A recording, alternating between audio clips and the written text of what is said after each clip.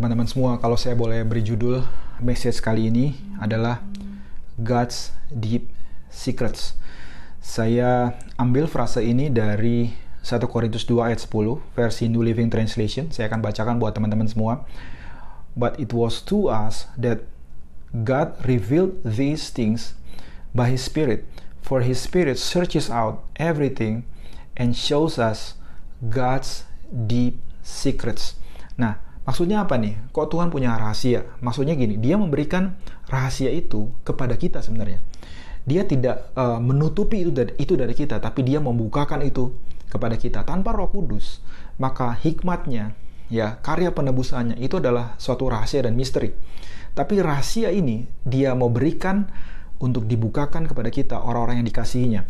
Saya akan baca ayat 7. Tadi kita baca ayat 10 ya, 1 Korintus pasal 2. Sekarang kita baca ayat 7.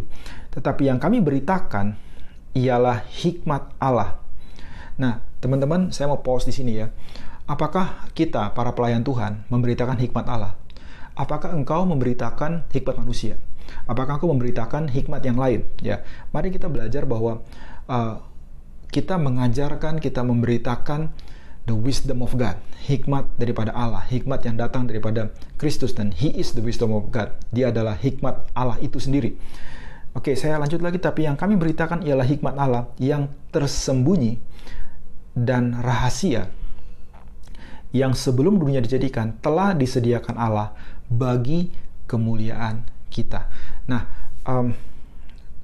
hikmat Allah ini tidak ditutupi dari kita, tapi ditutupi atau dirahasiakan untuk kita, ya. Bahkan di sini dikatakan telah disediakan Allah bagi kemuliaan kita. Perhatikan ini kata-kata yang very strong. Bukan hanya disediakan Allah bagi manfaat kita, ya, bagi kebaikan kita, bukan, tapi bagi kemuliaan kita. Ini artinya ada suatu kemuliaan Tuhan yang kita akan alami ketika kita menerima rahasia atau misteri daripada Tuhan ini, hikmat Tuhan ini, karya penebusan ini dibukakan kepada kita, dan finally we understand rencananya Tuhan, apa yang Tuhan mau dalam hidup kita. Dan ketika kita menjalaninya, ketika kita masuk taat dan menerapkannya dalam hidup kita, menjadi bagian dari itu semua, maka kemuliaan Tuhan itu ya menjadi bagian kita, karena itu disediakan Allah untuk bagi kemuliaan kita, bagi kemuliaan Anda semua, teman-teman yang dikasihi oleh Tuhan Yesus. Ayat berikutnya, tidak ada dari penguasa dunia ini yang mengenalnya. Sebab kalau sekiranya mereka mengenalnya, mereka tidak menyalibkan Tuhan yang mulia. Nah, sebegitu advance-nya hikmatnya Tuhan, ya, lebih tinggi daripada hikmat daripada musuh. Sehingga dikatakan di sini, kalau aja sekiranya mereka tahu ya bahwa akhirnya Tuhan akan mengalahkan mereka, ya, setelah mati di kayu salib dan kemudian bangkit pada hari yang ketiga, mereka tidak akan biarkan musuh-musuh kita ini, musuhnya Tuhan, ya, iblis, kuasa-kuasa kegelapan, kerajaan maut, ya, tidak akan menyalibkan Tuhan yang mulia. Bayangkan, ya, kalau aja mereka tahu bahwa there's gonna be a twist at the end, bahwa mereka akan dikalahkan sebegitu rupa, mereka tidak akan biarkan penyaliban itu terjadi. Di sini kita belajar bahwa di saat penyaliban itu kuasa musuh ini sebenarnya terlibat. Dan saya membayangkan ya, teman-teman semua, mereka itu benar-benar bersuka cita, benar-benar ada satu celebration, ya, bahwa mereka itu finally kok bisa sih ya menangkap dan mengalahkan dalam tanda kutip the second person of the Trinity, yaitu Tuhan Yesus. Firman yang hidup, yang turun menjadi manusia itu kok bisa kalah ya. Mereka tidak tahu bahwa Tuhan Yesus itu adalah kehidupan itu sendiri. He is life himself, bukan itself. Dia adalah life himself. Dan sebagai kehidupan nggak mungkin dong dia mati, ya. Hidup itu nggak bisa mati, namanya juga hidup, ya. Tapi Tuhan itu dikatakan di Yohanes 10, dia menyerahkan nyawanya. Dia menyerahkan nyawanya. Dan dia mati di kayu salib. Dan ternyata ya pada hari yang ketiga dia dibangkitkan. Roma 1 dikatakan oleh kemuliaan Bapa, Tuhan Yesus dibangkitkan dari antara orang mati. Di Roma 8 dikatakan bahwa oleh roh kebangkitan, which is the Holy Spirit, Tuhan Yesus itu dibangkitkan dari antara orang mati. Mungkin iblis ya mengatakan bahwa wow, I didn't see it coming. Saya nggak nyangka bahwa ini semuanya akan menjadi seperti ini, terjadi pembalikan keadaan yang seperti ini. Kalau saya tahu bahwa terakhirnya ya akan terjadi seperti ini, saya tidak akan membiarkan terjadinya penyaliban. Ya, kita tahu bahwa setelah Tuhan Yesus bangkit, maka kemenangan itu menjadi milik Dia dan diberikan kepada kita. Dosa-dosa kita itu diampuni, ya. Penyakit-penyakit kita disembuhkan, semua kutuk kita sudah ditanggung di kayu salib, dan sebaliknya berkat itu mengalir kepada kita, ya. Kemiskinan sudah ditanggung di kayu salib, ya. Dan juga kita menerima kehidupan yang kekal. Manusia lama kita tuh sudah mati, ya, dan sudah diberikan manusia baru. Meskipun pada dalam kehidupan kita sehari-hari kita pasti belajar, ya, dengan kasih karunia Tuhan kita menyalibkan manusia lama dan hidup dalam manusia baru setiap hari. Tapi itu semua terjadi di kayu salib, dan itu semua terjadi karena hikmat Tuhan yang luar biasa. Dan saya membayangkan juga, bahkan bukan hanya membayangkan, saya percaya waktu kita belajar, ya, tidak memakai pengertian kita sendiri, tapi berjalan dalam hikmatnya Tuhan dalam hidup kita. Apa yang Roh Kudus tunjukkan kepada kita dalam firman-Nya, dalam persekutuan kita dengan Tuhan, ya, dalam kehidupan kita sehari-hari, dalam kita menjalani kehidupan kita bersama dengan keluarga atau berbisnis, berusaha, ya, dalam kondisi krisis sekalipun, ya, seperti ini. Saya mau katakan bahwa Tuhan itu tidak ikut-ikutan dalam krisis, ya. Tuhan tidak ikut-ikutan dalam pandemi. Kita yang mungkin terbatas oleh karena krisis, kita yang mungkin susah, ya, karena pandemi, tapi Tuhan Yesus itu tidak. The Holy Spirit is still mighty, the Word is still powerful, ya. Dia pasukan-pasukan malaikatnya itu tetap luar biasa, dan kita harusnya juga belajar untuk membiarkan hikmatnya Tuhan ini, ya, menjadi dasar daripada keputusan-keputusan kita sehari-hari. Dan pada saat kita menerapkan hikmat itu, kita bukan hanya tahu hikmat itu, ya, tapi saya mau ajak kita juga untuk menerapkannya dalam hidup kita sehari-hari, ya. Maka yang akan terjadi adalah kita akan melihat bahwa pekerjaan-pekerjaan musuh kita itu akan berantakan, akan hancur. Benteng-benteng yang dia sudah bangun itu akan berantakan, akan hancur. Dan mungkin dia akan berkata hal yang sama, kalau aja saya tahu, ya, bahwa terakhirnya terjadi twist karena orang ini finally mendengarkan hikmat Tuhan. Orang ini mau mendengarkan bagaimana Tuhan itu bekerja, punya rencana yang rahasia, tapi dibukakan oleh Roh Kudus dalam hidupnya. I didn't see it coming, I don't see it coming. Terjadi pembalikan keadaan, dan apa yang hancur, yang rusak itu diperbaiki oleh Tuhan. Ada kemuliaan, karena dikatakan tadi semua hikmat Tuhan, yang hikmat Allah yang tersembunyi dan rahasia itu disediakan Allah untuk kemuliaan-Mu, kemuliaan kita.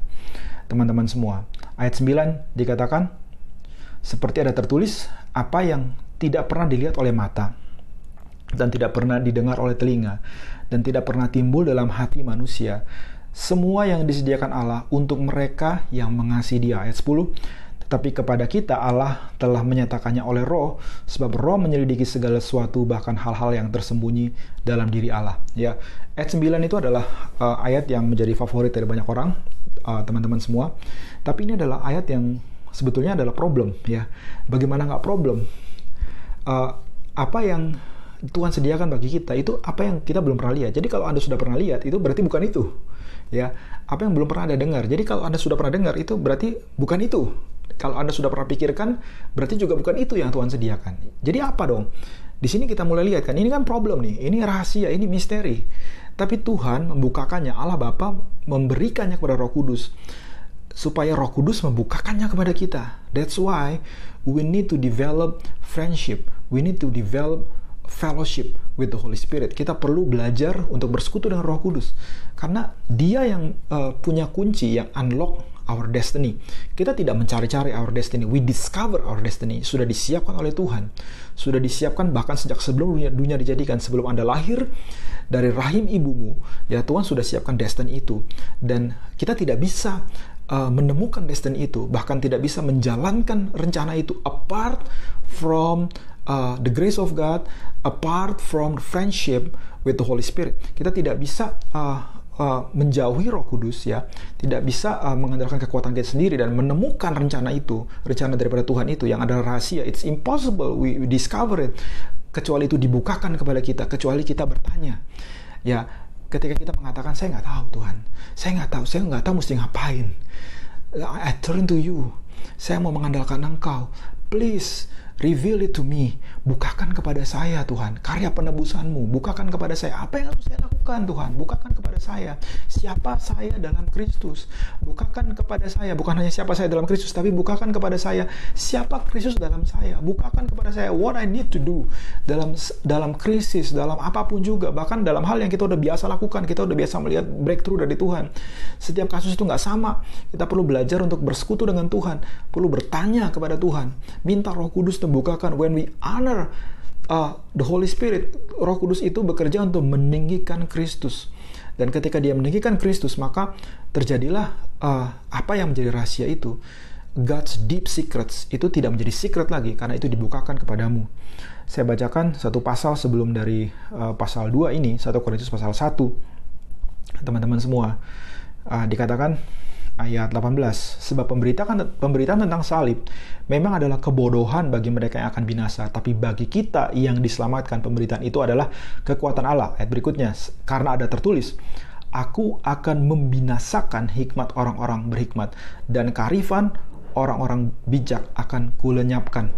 Nah, teman-teman semua, kalau kita mengandalkan hikmat manusia, ya maka Anda akan masuk dalam arus ini, di mana Tuhan sedang membinasakan hikmat orang berhikmat. Tuhan sedang membuat kearifan orang-orang bijak itu dilenyapkan. Artinya tidak ada gunanya. Kita nggak bisa mendasarkan iman kita atas hikmat manusia, tapi atas kekuatan daripada Roh Kudus. Di 1 Korintus pasal 2 ayat 4-5 Anda bisa baca sendiri. Ya, jadi seperti ayat di Amsal pasal 3 ayat 5 ini adalah ayat yang simple tapi luar biasa sekali. Di situ dikatakan bahwa trust in the Lord with all your heart and lean not on your own understanding. Ya, jangan dibalik ya, bukan trust in the Lord with all your understanding and lean not on your heart, on your own heart. Jadi percayalah kepada Tuhan dengan segenap hatimu, jangan bersandar kepada pengertianmu sendiri. Pengertian kita seringkali menjadi obstacle, menjadi penghalang bagi kita untuk mengerti, apalagi berjalan dalam hikmatnya Tuhan yang rahasia yang dibukakan oleh Roh Kudus untuk kita semua. Makanya Tuhan memberikan yang namanya peace that passes all understanding, damai sejahtera yang melampaui segala akal pengertian. Karena apa? Karena dia tahu bahwa sering kali dalam hidup kita, ya, Tuhan bukakan kepada kita hal-hal yang hanya itu yang perlu kita tahu, dan kita nggak harus ngerti dengan pengertian kita, ya, tapi kita bisa dibuat bisa menerima segalanya karena ada damai sejahtera yang melampaui segala akal. We need to give up our right to understand. Jangan kita selalu begini, kalau saya nggak ngerti, saya nggak mau berjalan dalam itu. Tapi itulah kenapa Tuhan berikan damai sejahtera yang melampaui segala akal. Karena selangkah demi selangkah Anda akan dibawa ke dalam pengertian demi pengertian. Ya, kalau Tuhan belum bukakan, gimana kalau Anda berjalan dulu dalam apa yang Tuhan sudah bukakan? Ya, Anda nggak harus tahu langkah ke-10, ke-11, ke-12, tapi Tuhan akan bukakan the next step kepadamu. Ya, percayalah bahwa Kristus adalah hikmat Allah, ya, dan Roh Kudus adalah the spirit of wisdom and revelation. Dia adalah roh hikmat dan wahyu. Efesus pasal 1 dikatakan bahwa kita perlu berdoa, kita perlu minta supaya roh hikmat dan wahyu, yaitu Roh Kudus, ya, melanda, membanjiri pikiran kita, membanjiri mata hati kita, flooded the eyes of our heart, dibukakan supaya kita bisa menerima terang. Ya, dengan itu kita mulai berjalan, kita bisa lihat apa yang Tuhan sediakan bagi kita. Teman-teman, kalau lampu dimatikan, kalau gelap, tidak ada cahaya sama sekali, ya, kita akan banyak berbuat kesalahan, iya nggak sih? Kita akan lupa siapa kita akan mulai mencuri milik orang lain, kita akan mulai masuk ke dalam lubang, kita nggak bisa keluar, karena apa? Ada kegelapan. Tapi begitu the spirit of wisdom and revelation menerangi jalanmu, maka yang tadinya rahasia menjadi tidak rahasia. Engkau bisa keluar dari keterpurukanmu karena ada kasih karunia, ada tangan yang menolong kau. So, God's deep secrets is no longer secrets kalau engkau mau berjalan bersama-sama dengan Roh Kudus. Tuhan berkati.